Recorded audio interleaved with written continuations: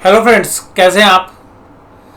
आज मैं आपके साथ जो बाजार में एक बड़ी घटना घटी उससे रिलेटेड जो है आज अपना एक ट्रेडिंग एक्सपीरियंस शेयर करता हूँ। देखिएगा, आप लोग जानते हैं कि मैं जनरली बैंक निफ्टी में ट्रेड करता हूँ और जनरली ऑप्शंस में ही ट्रेड करता हूँ और ऑप्शंस में भी जनरली सेलिंग ही करता हूँ। तो जो थर्सडे के सेशन में था तो हमारी लाइट ही पोजीशंस थी अगले दिन के लिए, क्योंकि एक्सपायरी थी। एक्सपायरी के अगले दिन फ्राइडे होता है तो फ्राइडे में ही हम पोजीशंस बनाते हैं।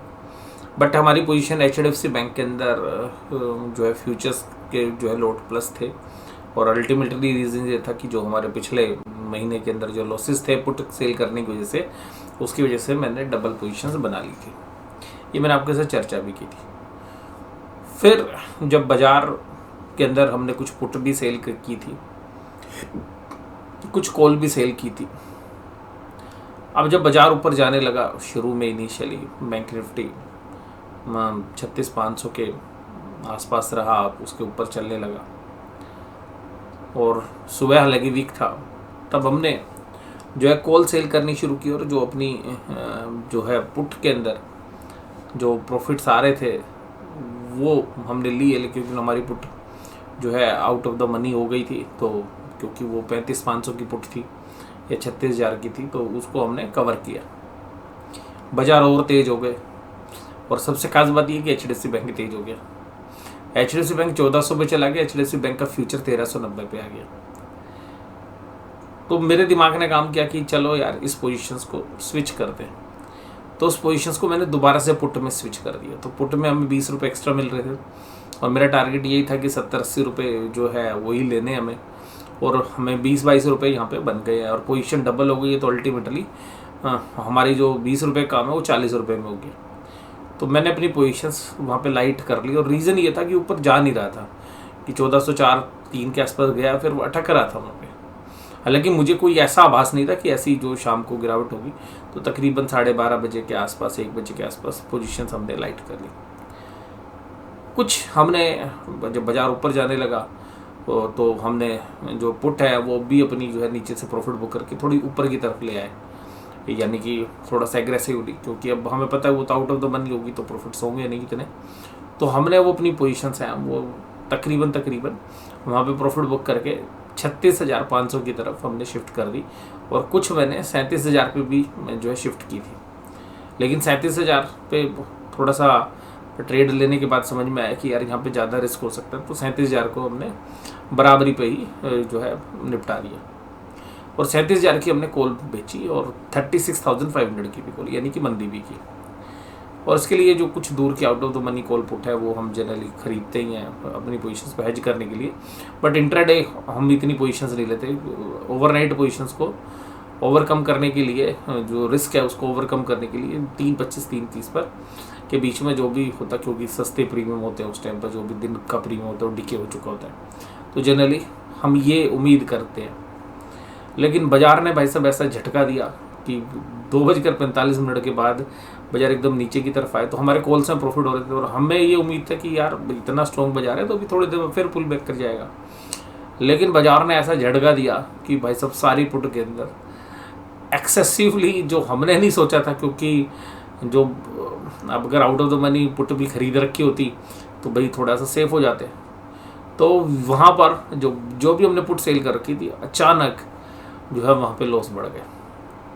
और आप स्टॉप लॉस लगाओगे तो स्टॉप लॉस का तो टाइम ही नहीं मिला, और स्टॉप लॉस ऑटो जनरेटेड हम डालते नहीं है, क्योंकि ऑटो जनरेटेड आजकल इतने बुरे तरीके से एल्गो ट्रेड होते हैं तो हम जनरली अपने हाथ से ही डालते हैं।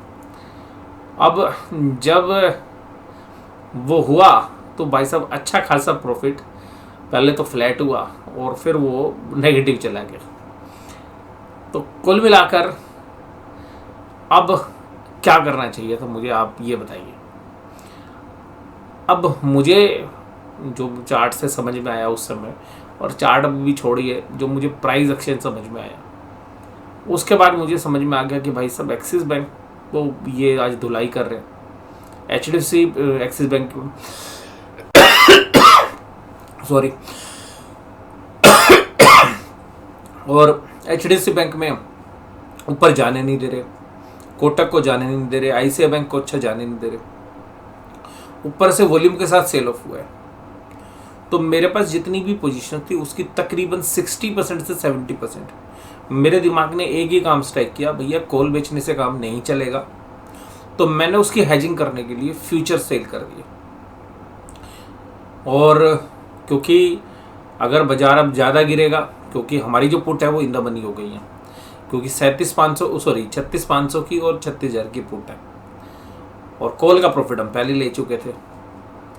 तो अल्टीमेटली कॉल्स को सबको कवर किया, जो भी प्रॉफिट आ रहा था कॉल्स के सारे प्रॉफिट लिए, लेकिन पुट का प्रीमियम जो है ज़्यादा तेज़ी से बढ़ा, लॉसेस भी बढ़े, तो उसको हमने कवर किया अभी के लिए जो है कुल मिला के। हालांकि एक मामूली से लॉस हैं, बहुत बड़े नहीं है अभी, क्योंकि प्रॉफिट हमने एडजस्ट कर लिया। तो फ्यूचर जो है हमने सेल किए तकरीबन 60 से 70% पोजीशन के लिए। मतलब जब उसको एग्जैक्टली जब वो बाजार रिएक्ट करेगा तो हमें लगता है कि 60 to 70% वो उसका जो डेल्टा जो है वो इस तरीके से काम करेगा। तो ये हमने ठीक किया गलत किया तो सोमवार को बाजार ही बताएंगे। बट इस तरीके की परिस्थिति में जब आप काम करते हैं तो आपके एक्सपीरियंस से आपको पता चलेगा कि आपने करना क्या है। तो आप हमेशा ठीक होंगे ऐसा ज़रूरी नहीं है, तो सोमवार को पता चलेगा हम ठीक हैं या नहीं हैं। ये मैं आपके साथ जो है डिस्कस कर रहा हूँ। तो आपका ब्रेन किस तरीके से स्ट्राइक करता है, तो मैं यही बताना चाह रहा हूँ कि ट्रेडिंग में आपको एक्टिव रहना पड़ता है, और उसके बाद भी आप गलत हो सकते हैं या ठीक हो सकते हैं। अब मान लीजिएगा बाजार नीचे की तरफ रुख करता है, तो हमें एक सीधी सी चांस ये है कि हम अपनी, अगर हमें थोड़ी देर लगेगा और हम अपने चार्ट्स के हिसाब से या हमें प्राइस एक्शन के हिसाब से लगेगा कि वीकनेस और हो सकती है, तो हम अपनी पुट को कवर कर लेंगे और फ्यूचर्स को भी कवर कर लेंगे, जो भी नॉमिनल से लॉस होंगे उनके साथ। बाजार बिल्कुल फ्लैट खुलता है तो इसका मतलब है कि जो पुट के प्रीमियम है जो बड़े हैं वो ठीक हो जाएंगे, और तब भी हम अपनी पोजीशंस को कवर करेंगे और एक नई स्ट्रेटेजी बनाएंगे। और हमें लगेगा कि नहीं यार बाजार तो आज बहुत ही कमज़ोर होने हैं, तो हम अपनी मंदी की पोजीशंस, क्योंकि पुट है हमारी, या तो हमें पुट खरीदनी पड़ेंगी, बट मैं पुट खरीदने में ज़्यादा बिलीव करता नहीं हूँ। तो अल्टीमेटली एग्रेसिवली जो है हमें और फ्यूचर्स शॉर्ट्स करने पड़ेंगे, और बाजार ऊपर की तरफ जाएगा तो फिर हमारे स्टॉप लॉस जो है फ्यूचर्स में स्ट्राइक हो जाएंगे। लेकिन उसका फिर जो है हम सारी पोजीशंस को वहाँ भी काटेंगे और दोबारा से ठंडे दिमाग से दोबारा से स्ट्रेटेजी बनाएंगे। तो ज़रूरी नहीं है कि ये अगर कोई पोजीशंस आपकी फंस गई है तो उसके साथ आपने रहना है। जब भी कभी ऐसी परिस्थिति आए तो सबसे बढ़िया मुझे लगता है कि उसको पहले एडजस्ट करने की कोशिश करनी चाहिए। अगर वो एडजस्ट नहीं होता है तो सबसे अच्छी स्ट्रेटेजी होती है उससे आप एग्जिट कर जाइए और उस दिन आराम करिए, या अपनी जो है एक नई स्ट्रेटेजी के साथ तैयार रहिएगा कि ये अगर होता है बाजार में क्या एक्शंस होते हैं। तो हम जनरली क्या करते हैं कि उस पोजीशंस को जो है फेस नहीं कर पाते, या तो उस लॉस को बुक नहीं कर पाते।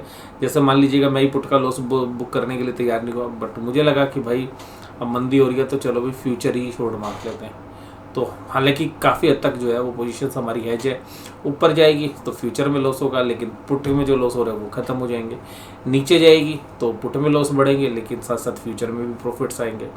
नॉर्मल खुलेगा तो हो सकता है थोड़ा बहुत पुट के प्रीमियम डिके हो जाए शाम तक, क्योंकि बाद में मंगलवार की छुट्टी है। तो उन सब के बीच में क्या रहा ये मैं आपके साथ डिस्कस करूंगा आपके साथ सोमवार के। लेकिन हमने बहुत सारी पोजीशंस हमारी ये लॉसेस और बढ़ जाते अगर हमारे पास HDFC का फ्यूचर ही प्लस होते, तो क्योंकि हमने उसको किस में कन्वर्ट किया, पुट में कन्वर्ट कर लिया था, तो लॉसेस थोड़े से कम है। लेकिन बाजार में आप कभी भी हमेशा परफेक्ट नहीं हो गए। लेकिन पिछले महीने जो है ऑप्शन सेलर्स के लिए काफ़ी अच्छा महीना रहा, मार्च का भी और अप्रैल का भी। तो जो भी ऑप्शन सेलिंग करते हैं उन लोगों के बात पता होगी। लेकिन कभी कभी ऑप्शन सेलिंग के अंदर भी ये जरूर आएगा जिस तरीके की घटनाएं कल हुई, तो उसके लिए तैयार रहना चाहिए, या वहाँ पे अपने सौदे काट के आपको लॉस भी बुक करना पड़ेगा। तो ये बात आपको समझ में आनी चाहिए। तो ये मैंने एक्सपीरियंस आज आपके साथ जो है शेयर किया। तो ये आपको कैसा लगा ये जरूर से जरूर मुझे कमेंट बॉक्स में बताइएगा। वीडियो देखने के लिए धन्यवाद। Thank you very much.